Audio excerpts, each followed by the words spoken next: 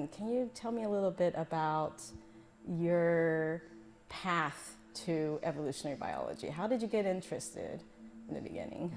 Yeah, so I'll tell you a story. I remember what you might think of as a formational or formative kind of experience that I had as a graduate student early on in my career when I was reading Darwin's Origin of Species.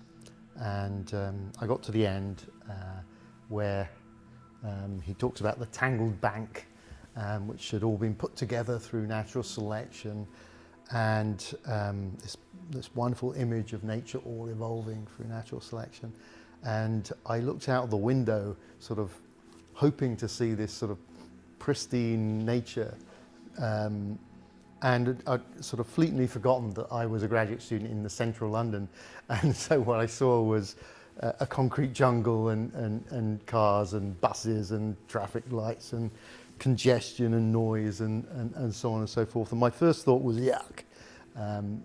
But then I had this, what for me was a really sort of exciting revelation, which is that all of that stuff required an evolutionary explanation too. And it set me on a path to trying to understand the evolutionary origins of the human mind, the human capability to produce such an extraordinary transformation of their world, the origins of culture, if you like. As a result of that, I started studying, I took a comparative approach, so I started studying social learning and innovation and tool use and technology in animals, and did experiments with rats and with fishes and birds and non-human primates, and these all led me to the view that these animals are very capable of inventing new behaviours, very capable of learning from each other and passing on their skills across generations, and these would sometimes lead to cultural differences between populations being maintained. So there are, in some senses, some real parallels there with human culture, but also some important differences as well. And so for the first, 20 or 30 years of my career, I was intensively studying those animal cultures with the kind of agenda of trying to get to the roots of the understanding of the roots of human culture. And I suppose that naturally led me to appreciate that organisms can adjust to challenges in their world, like new foods or new predators, at a behavioural level through innovation and social learning. That this was another means by which organisms were adapting to their environment that didn't involve genetic mutation and natural selection, but which nonetheless was an important aspect of their adaptability. So I think that's where my interest sort of in the structure of evolutionary theory came from. Just this realization that there's data like that didn't always quite fit with a mainstream view of what was going on in adaptive evolution. So Kevin is one of the authors of a new book that's coming out. It's called Evolution Evolving.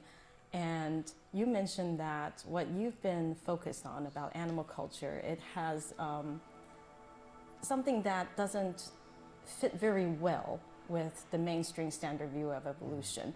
And so that brings me to the blurb of the book. In the beginning, it says here that a new scientific view of evolution is emerging, and one that challenges and expands our understanding of how evolution works.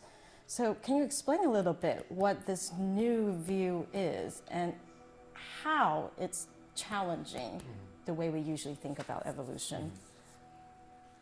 I guess we're particularly concerned with adaptive evolution, so the kind of evolution that results from natural selection and that leads to adaptation and diversification of organisms. And the traditional view is that of how that works is very gene-centric.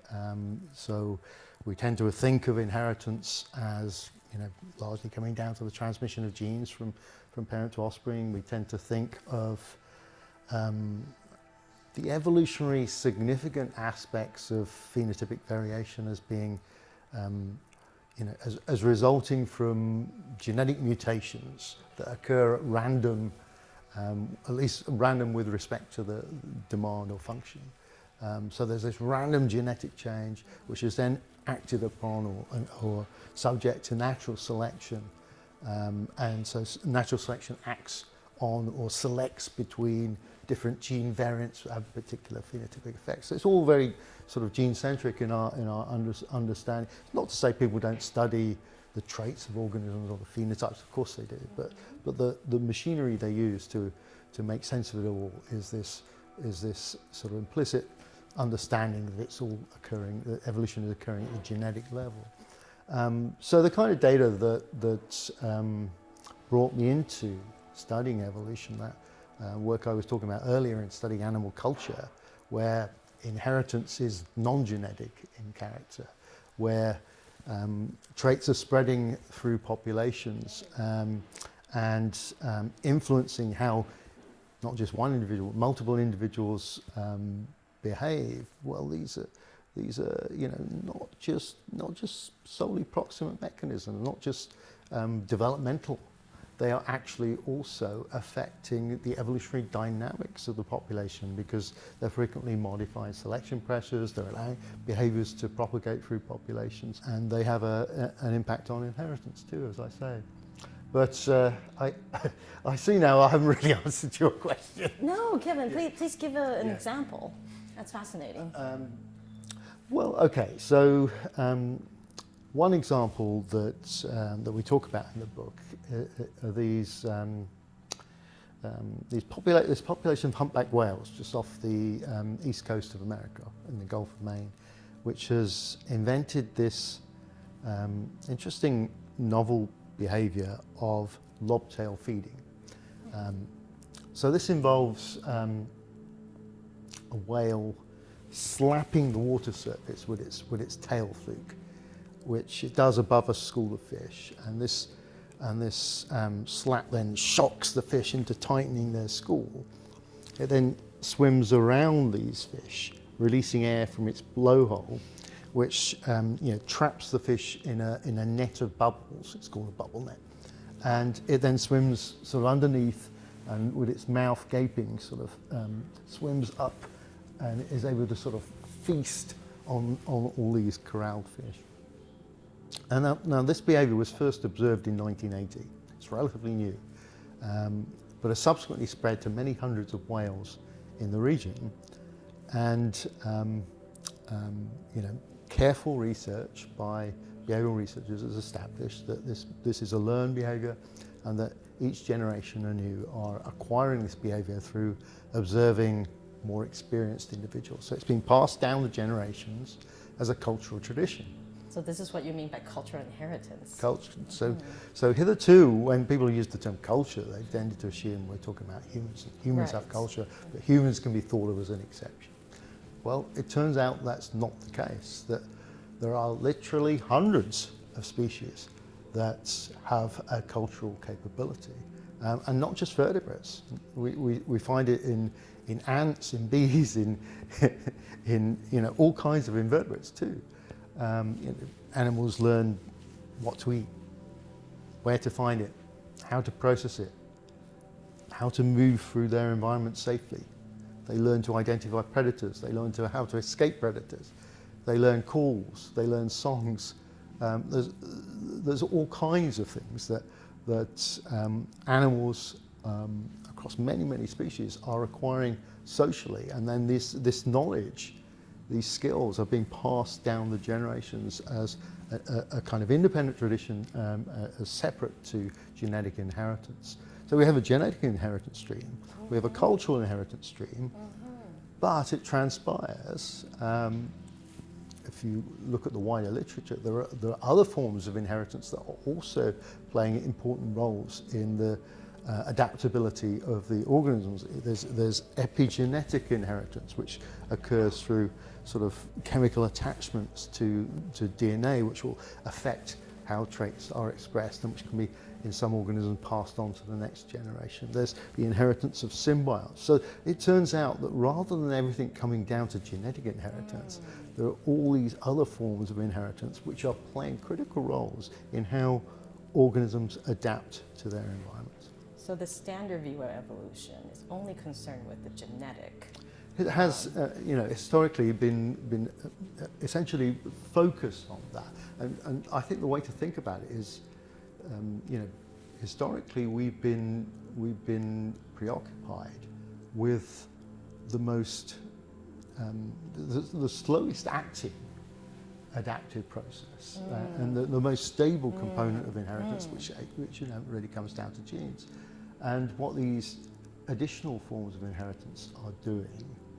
A sort of neglected role really is they are helping populations to adjust to short-term changes in their environment, rapid changes in their environment, so you can respond culturally or epigenetically to these changes. You can survive a new challenge and then establish an evolutionary beachhead, if you like, and then the more slowly acting genetic system kicks in and reinforces and stabilizes that thing. But historically we've been obsessed with the slow acting part. We've kind of tended to ignore this fast acting part. Culture has been continuously described as a kind of loose analogy to biological evolution, but thought of as intriguing natural history, really fun facts, but not really evolution. I see. But now I think we have to think of it as evolution. Thank you, Kevin. So to end this interview, what would you say is the main message of the book? The main message, I would say, is that development matters in evolution. By development, I mean what happens to an organism from conception to death. So that includes adulthood, including culture, including learning, including plasticity. All of these things that happen within the lifetime of an organism matter in evolution. That they, it turns out, are playing critical roles in biasing the variation that's subject to natural selection, in affecting which traits are associated with fitness and hence influencing the direction of adaptive evolution, in supporting a number of different forms of extra genetic inheritance. There are a number of pathways by which developmental processes influence evolution, and those are the kind of things that we try to focus on and bring out and integrate with the data from the mainstream evolution, because it's not just about the exceptions. We have to come up with a comprehensive picture that is a good account of all of data. But that's what we try and achieve with Evolution Evolving. Thank you. You're welcome.